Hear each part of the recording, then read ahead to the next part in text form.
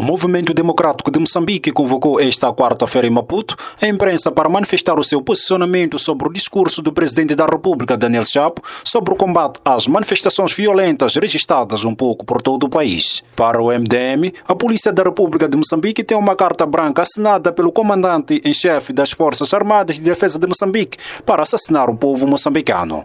Portanto, a Polícia da República de Moçambique tem agora a carta branca para poder assassinar o povo moçambicano.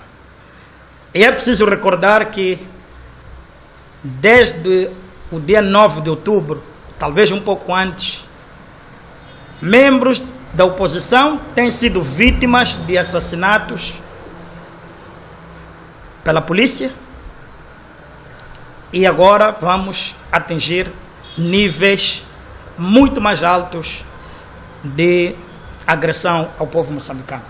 No entanto, mesmo após esclarecimento do Presidente da República sobre o discurso, o porta-voz do MDM, Ismael Nyankukwe, condena veementemente estes pronunciamentos porque entende que mina o diálogo político para a pacificação nacional. O MDM distancia-se e condena com veemência os pronunciamentos do Presidente da República. Estes discursos minam o diálogo político que temos no país e que deve ser inclusivo e participativo.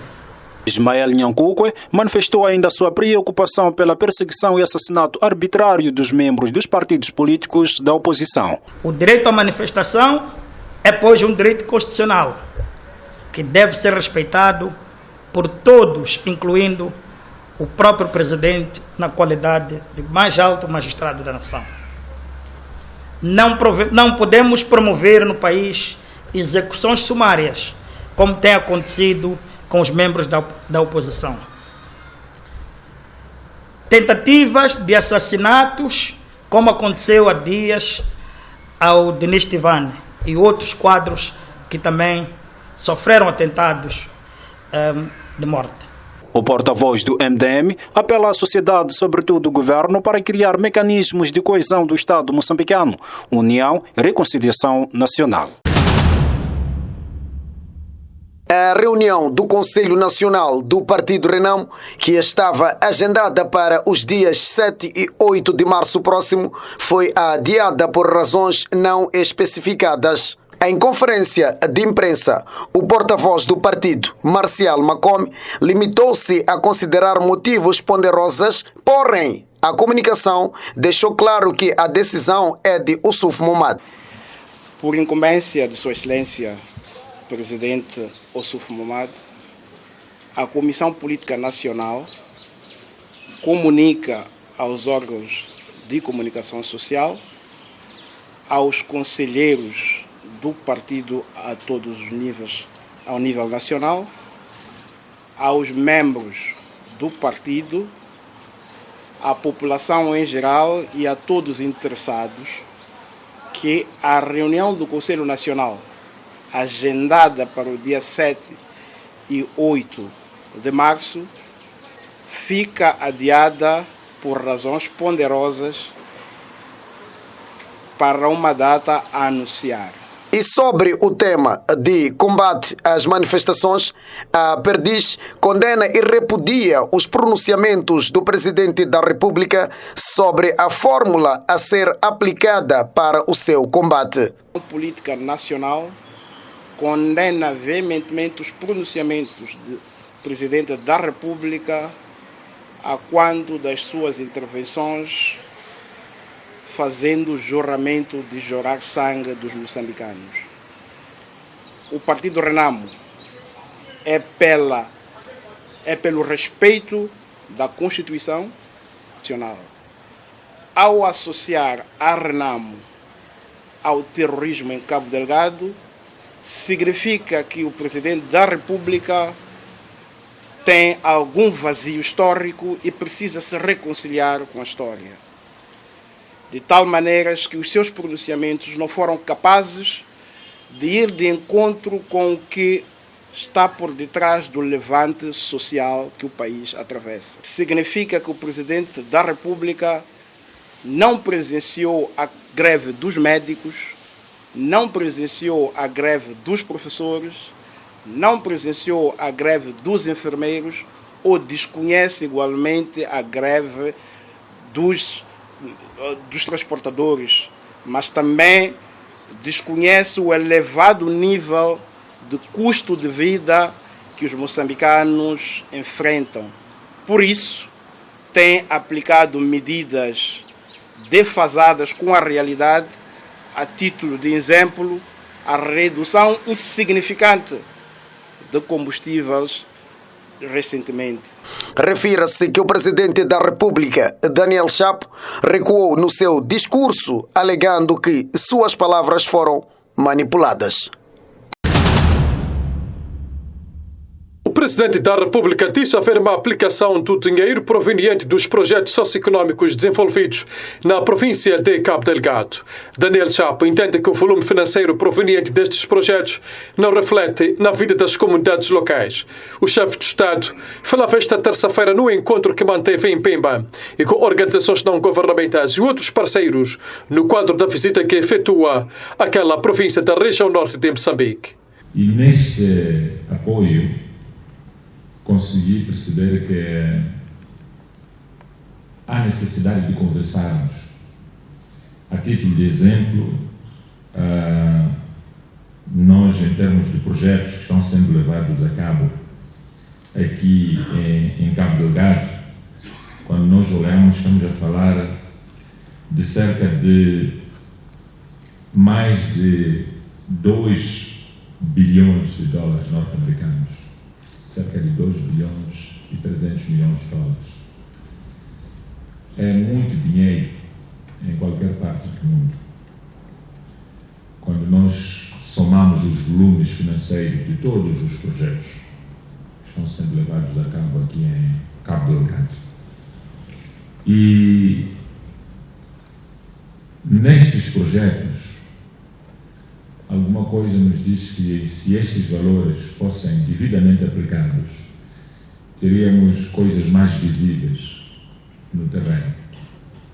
Então, por isso que estamos aqui para conversar, para percebermos qual é a vossa sensibilidade também em relação a este aspecto. Se temos a mesma sensibilidade ou uma sensibilidade. Apesar dos desafios, parceiros de cooperação humanitária em Cabo Delgado reafirmam o compromisso de continuar a apoiar o país nas diversas frentes de apoio e desenvolvimento de Moçambique. Nós temos que o novo governo inicia o seu mandato num contexto de múltiplos desafios que incluem a situação de conflito no norte do país, a insegurança alimentar generalizada e os efeitos devastadores dos ciclones Chido e Dicalete, entre outros desafios.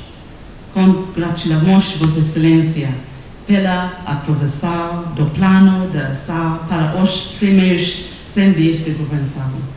Confirmamos a prontidão da ONU em apoiar o governo na implementação deste plano e tenho a honra de informar a Vossa Excelência que a ONU preparou documento com propostas O presidente da República recebeu a audiência ainda nesta terça-feira a secretária adjunta e coordenadora de Assuntos Humanitários das Nações Unidas, Joyce Muia, e o diretor executivo adjunto do Programa Mundial para a Alimentação, Carl Scam.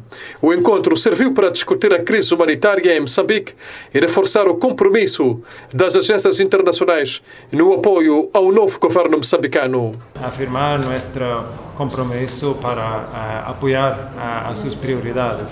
Hemos visto el plan de los 100 días y entre ellos hay una prioridad de mejorar el programa escolar alimentaria y eso es una prioridad también para nuestro programa y vamos a ver cómo podemos apoyar en estas prioridades. Pero también discutimos la necesidad de movilizar recursos suficientes para poder atender a todas las prioridades del gobierno y vamos a ver cómo podemos también apoyar en estos esfuerzos. Mais de 670 mil pessoas continuam deslocadas pelo conflito armado no norte de Moçambique a depender de assistência humanitária para sobreviver, numa altura em que a ajuda humanitária externa reduziu em Cabo Delgado, e com várias organizações a fechar as portas e a suspender projetos de desenvolvimento na província. O debate sobre a necessidade de se renegociar os contratos com as multinacionais que operam em Moçambique na área petrolífera tende a intensificar nos últimos dias. A situação deve-se ao fato de o regime especial tributário concedido pelo governo na altura de assinatura dos acordos com as referidas multinacionais que as isentava de muitas obrigações fiscais. Claude Penny, especialista na área tributária, diz que não faz sentido as multinacionais que operam na exploração de hidrocarbonetos continuarem a beneficiar de isenção fiscal, numa altura em que todas as empresas são obrigadas a contribuir cada vez mais para os cofres do Estado. Por exemplo, nós vamos compulsar a determinados contratos que ainda se estabelece uma redução da taxa do IRPC em 25% por um período de 8 anos. E depois coloca-se a questão, qual é a base legal para este benefício fiscal, tendo em conta a alteração que foi se verificando na lei. Por isso, Claude Pena diz ser urgente que o governo renegocie os contratos para obrigar as multinacionais a contribuir cada vez mais para a economia nacional, tendo em conta que os hidrocarbonetos são recursos esgotáveis. Num dos contratos, por exemplo, se estabelece que se o fator R for superior a 3, se for superior a 2 e inferior a 3, a distribuição do petróleo lucro é em 35%, e 65% para... Estes pronunciamentos foram feitos esta quarta-feira em Maputo, durante um colóquio sobre tributação e contencioso tributário. Da lei constituem maiores desafios na administração fiscal e aduaneira no país. Para responder a estes e outros desafios, a advogada Malaika Ribeiro defende a necessidade de haver uma reforma tributária urgente no setor fiscal e aduaneiro. Anular determinados desafios. Falo de corrupção. Falo de falta de alinhamento de interpretação e aplicação da lei. Falo da demora na resposta às questões colocadas pelos contribuintes. E falo da problemática dos reembolsos que nos persegue a vida toda, desde 1999, quando introduzimos o IVA. Portanto, é preciso pensar numa reorganização estrutural e técnica urgente da nossa autoridade tributária. É preciso adotarmos um portal único de cumprimento das obrigações fiscais. Não podemos continuar como estamos, em que temos o portal do contribuinte para o IVA e para o ISPC e temos o e-declaração para outros impostos. E nem sequer conseguimos submeter todas as declarações eletronicamente. A indústria petrolífera. Malaika Ribeiro sugere que a autoridade tributária deve trazer clareza na interpretação e aplicação da legislação aduaneira. A tributária poderia começar a emitir instruções administrativas, trazer clareza da interpretação e aplicação da lei. Nós não podemos ir ao bairro fiscal da Matola e ter uma determinada resposta e ter uma resposta completamente diferente no bairro fiscal de Maputo sobre exatamente a mesma questão. Se nós conseguirmos implementar estas duas coisas pequenas, uma delas já está em curso, ainda não estamos na perfeição, nós conseguimos, se calhar, uniformizar e consolidar um posicionamento da autoridade tributária para as várias questões dos contribuintes. Conseguiremos ainda permitir que a autoridade tributária tenha dados fiáveis da situação dos seus contribuintes. Por sua vez, o empresário e membro da Confederação das Associações Econômicas de Moçambique, Kekobat Patel, reitera que deve haver mais transparência na coleta das receitas e sua aplicação. Sobre a área da tributação das operações petrolíferas, havendo condições, havendo vontade, todos estes aspectos são facilmente controláveis. Todos. Desde a energia que sai do nosso país, que não sabemos onde é que, quanto é que é, o que é que vai, desde o gás que se exporta. Se perguntarem qual é a quantidade de gás que sai de Teman, que vai, e estamos a falar disto há 20 e tal anos, se há quase 30 anos, a sair o gás que sai,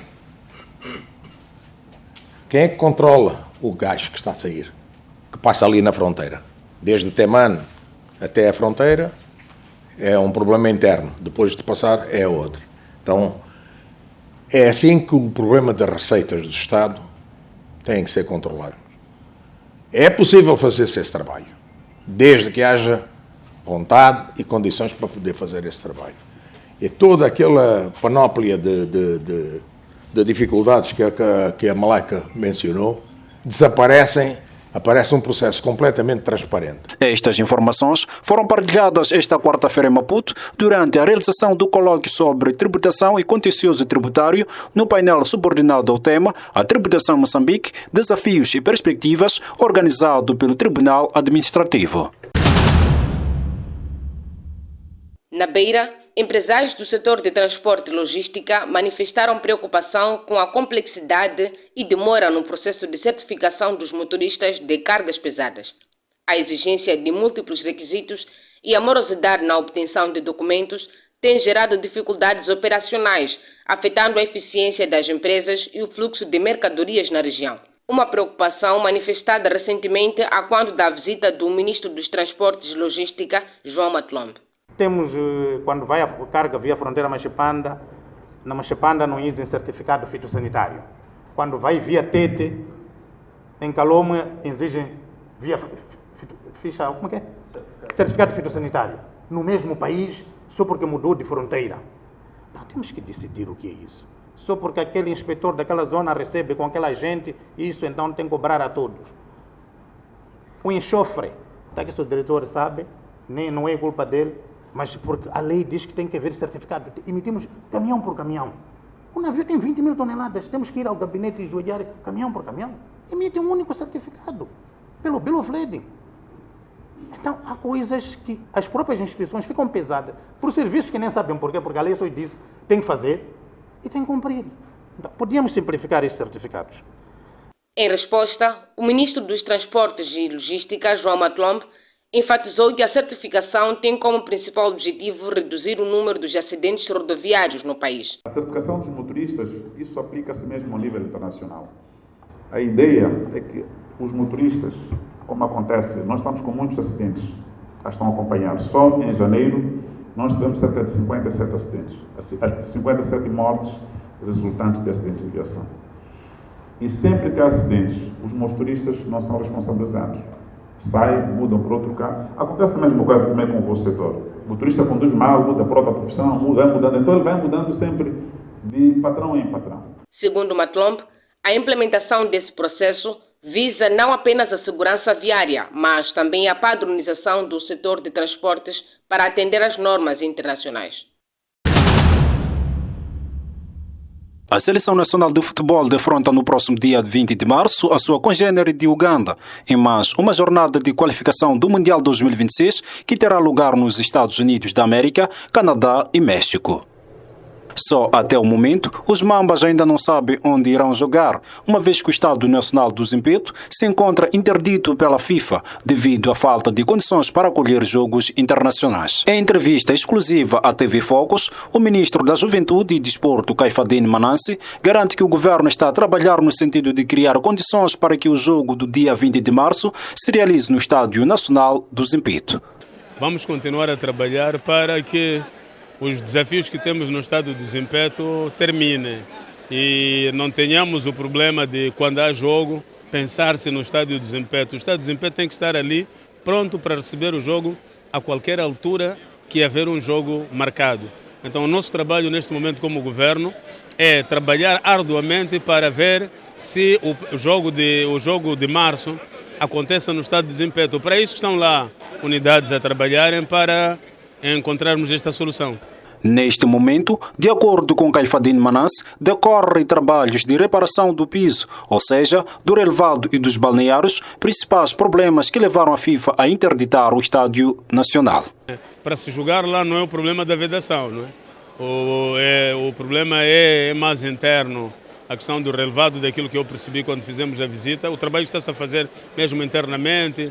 Neste momento está-se a trabalhar para melhorar as condições dentro do estádio.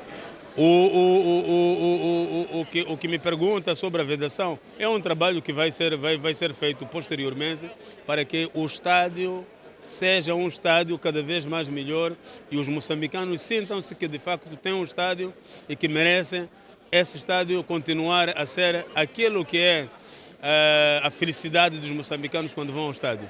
Depois de Uganda, Moçambique defronta no dia 25 de março Argélia, fora de casa, partida para contar para a 6ª jornada do Grupo G de qualificação ao Mundial de 2026.